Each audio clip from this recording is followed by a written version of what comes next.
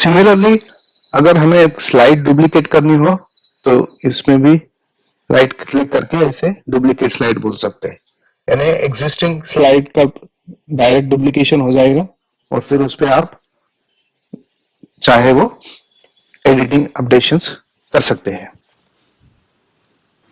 अभी देखते हैं स्लाइड डिलीट कैसे करते हैं। मान लो कि ये स्लाइड हमारा है और हम इसे डिलीट करना चाहते हैं, तो आप राइट क्लिक करके इसको डिलीट स्लाइड बोल सकते हैं या डायरेक्टली कीबोर्ड पे डिलीट का बटन दबाते ही ये डिलीट हो जाएगा। स्लाइड अभी डिलीट हो गया है। अगर इसको वापस रिस्टोर करना चाहते हैं तो कंट्रोल Z दबाए इमीडिएटली, तो ये रिस्टोर हो जाएगा। बड़ा आसान है डिलीट करना।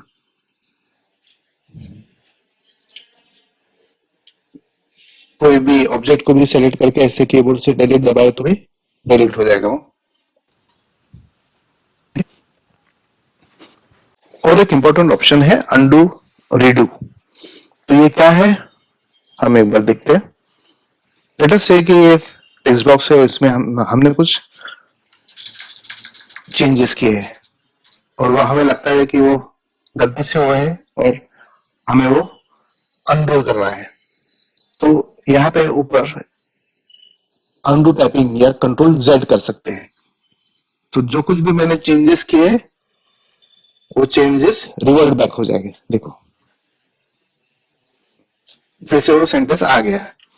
इसके बाजू में रीडू टाइपिंग है, यानी या कंट्रोल Y दबा सकते हैं तो ये भी रीडू हो जाएगा। तो अनडू और रीडू ऑपोजिट है, वो आप कर सकते हैं।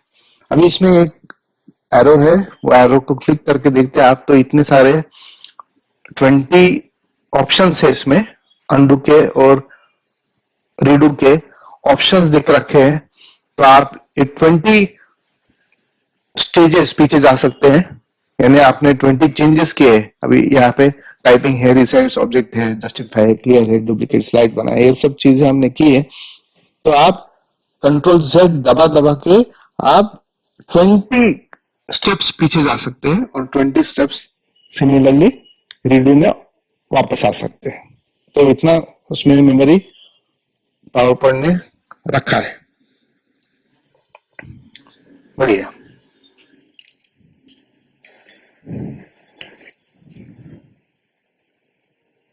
आपके पावर पॉइंट प्रेजेंटेशन में यहाँ पे स्लाइड सॉर्टर है, इसको क्लिक कीजिए तो ये पूरे स्लाइड्स आपके सॉर्ट हो गए हैं। तो सॉर्ट व्यू में आपको एक होलिस्टिक व्यू मिलता है अपना प्रेजेंटेशन का और स्लाइड्स का। तो आप आसानी से उसको ओवरव्यू कर सकते हैं, देख सकते हैं और कुछ चेंजेस भी कर सकते हैं। हमेशा पावर पॉइंट कंप्लीट होने को आता है तो आप डेफिनेटली सॉर्टर व्यू से आप पूरे स्लाइड्स को, मान लीजिए कि आपके पास बहुत स्लाइड्स है प्रेजेंटेशन में, 20-30 स्लाइड्स है, तो यहाँ पे वो स्लाइड्स पूरे अरेंज हो जाएंगे। आप कहीं पे भी जा सकते हैं, स्लाइड्स अरेंजमेंट चेंज कर सकते हैं। लेट अस से मुझे 3rd स्लाइड 4th स्लाइड के बाद चाहिए, तो वो मैं ऐसे ड्रैग कर सकता हूँ, माउस क्लिक पकड़ के ऐसे ड्रैग कर सकता हूँ। अगर कुछ चेंजेस करना है तो वो भी कर सकता हूँ, डुप्लीकेट करना है तो डुप्लीकेट कर सकता हूँ, ठीक है। और इसको फिर मैंने यहाँ पे डालना है तो ऐसे भी कर सकता हूँ। अगर एक स्लाइड पे जाकर उसमें चेंजेस करना है तो उसमें डबल क्लिक करके जो चेंजेस करने हैं वो कर सकता हूँ, फिर से आप स्लाइड सॉर्टर व्यू में जा सकते हैं। This is a very good feature, आप डेफिनेटली उसको यूज करें। चलो, now we'll have an overview of outline mode, what it is. Let us see. यहाँ पे व्यू है आपके स्लाइड्स में, तो व्यू में यहाँ पे आउटलाइन मोड है। See what happens when we go into an outline mode. Right hand side में तो स्लाइड्स एक्चुअल स्लाइड दिखता है, लेकिन लेफ्ट हैंड साइड में है जो पूरा नोट्स है। दैट मीन्स जो कुछ भी टेक्स्ट फॉर्म में है आपके स्लाइड्स में, वो सब टेक्स्ट इधर लेफ्ट में आ जाते हैं। तो it is like content editing mode, जहाँ पे हम डायरेक्टली स्लाइड में जाके चेंजेस करने के बजाय you can just make changes over here, new changes done here. So I type here and automatically वो यहाँ पे reflect हो जाएगा. So this is a very good way of making and creating and editing content, especially the text content. तो text content को changes करने के लिए ये मोड बहुत ही अच्छा है and you should definitely use it.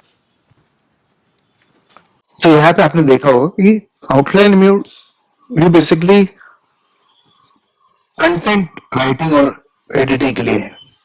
आप सिर्फ कंटेंट देखिए, ये जो ब्लैंक दिख रहा है आपको, second, third slide, fourth and fifth slide, text box अलग होता है और नॉर्मल टेक्स्ट का अलग होता है। तो जहां पे भी टेक्स्ट है, ये ऐसे टेक्स्ट, तो इसमें ये सब दिख जाएंगे, लेकिन ऑब्जेक्ट्स नहीं दिखेंगे आउटलाइन मोड में। उसके लिए नॉर्मल मोड पे आपको जाना पड़ेगा। ओके, यहाँ पे अगर आप एक टेक्स्ट को सेलेक्ट करते हैं तो उसका फॉर्मेटिंग भी यहाँ पे कर सकते हैं। यहीं पे आ जाता है, वो फॉर्मेट कर सकते हैं। वो अगर बढ़ाना साइज हो तो इंक्रीज करें। ये देखिए यहाँ पे राइट में एक्चुअल स्लाइड में वो चेंजेस भी हो रहा है। वैसे कर सकते हैं। You can also drag this, left mouse click पकड़े रहिए और इसको ऐसे ड्रैग करके यहाँ पे छोड़ दीजिए। ऐसे भी कर सकते हैं। Control Z, bring it back to. यहाँ पे स्लाइड पे आप राइट क्लिक करके ये कोलैप्स और एक्सपांड का भी एक फीचर है। आप चाहो तो ये बहुत सारे प्रेजेंटेशन स्लाइड्स है और उसमें बहुत सारा कंटेंट है और वो कंटेंट वो बढ़ते जा रहा है, तो it is better that you can probably collapse it, ताकि आपको ज्यादा बड़ा व्यू मिल सके। तो ऐसे देखो कोलैप्स हो गया। इसे राइट क्लिक करके आप एक्सपांड भी कर सकते हैं, है ना। So whenever you are done with certain slide और वो टेक्स्ट अभी आपको देखना नहीं है, तो आप इमीडिएटली इसको ऐसे कोलैप्स और एक्सपांड जैसे रिक्वायर्ड है वो आप कर सकते हैं। अब पावर पॉइंट में स्पेल चेक नाम का एक फीचर भी है, जहां पे आप अगर टेक्स्ट लिखते हैं तो कुछ गलती होते हैं तो spell check will remove it. कैसे यूज करते हैं?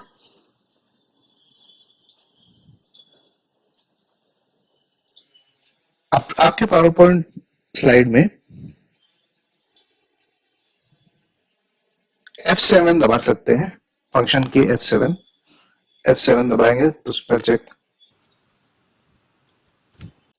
यहाँ पे एक टेक्स्ट डाला है, व्हाट कैन बी डन, इसमें कैन में एक एक्स्ट्रा एन आ गया है, तो वो गलत है इसीलिए यहाँ पे एक अंडरलाइन आ गया है। इसको चेंज कैसे करें? तो हम इसके ऊपर जाएंगे तो करेक्ट योर स्पेलिंग बोल के एक ऑप्शन आया है, व्हाट कैन। सो एक्चुअली वो बोल रहा है कि ये CANN रॉन्ग है, what can CAN he correct है। तो आप ये एक्सेप्ट सजेशन कर सकते हैं, तो इमीडिएटली वो सॉल्व हो गया। आप रिव्यू में भी जा सकते हैं, रिव्यू में भी स्पेलिंग है टाइपोस नॉट ऑन योर वॉच, तो ये पावर पॉइंट स्पेलिंग चेक कर लेगा हमारे लिए और it will suggest if there something wrong और कुछ इश्यूज है टेक्स्ट में। तो स्पेल चेक कंप्लीट है बोला इसने और कुछ प्रॉब्लम नहीं है। ठीक है, अभी यहाँ पे देखिए ये टेक्स्ट में टी एक्स्ट्रा आ गया है, तो पावर पॉइंट ने हमें सजेस्ट किया है कि ये रॉन्ग है, आप इसको चेंज कीजिए। तो यहाँ पे F7 दबाते ही मुझे ये स्पेलिंग का एक ब्लॉक आ गया है, जिसमें हम चेंज कर सकते हैं। ठीक है, स्पेल चेक इज कंप्लीट।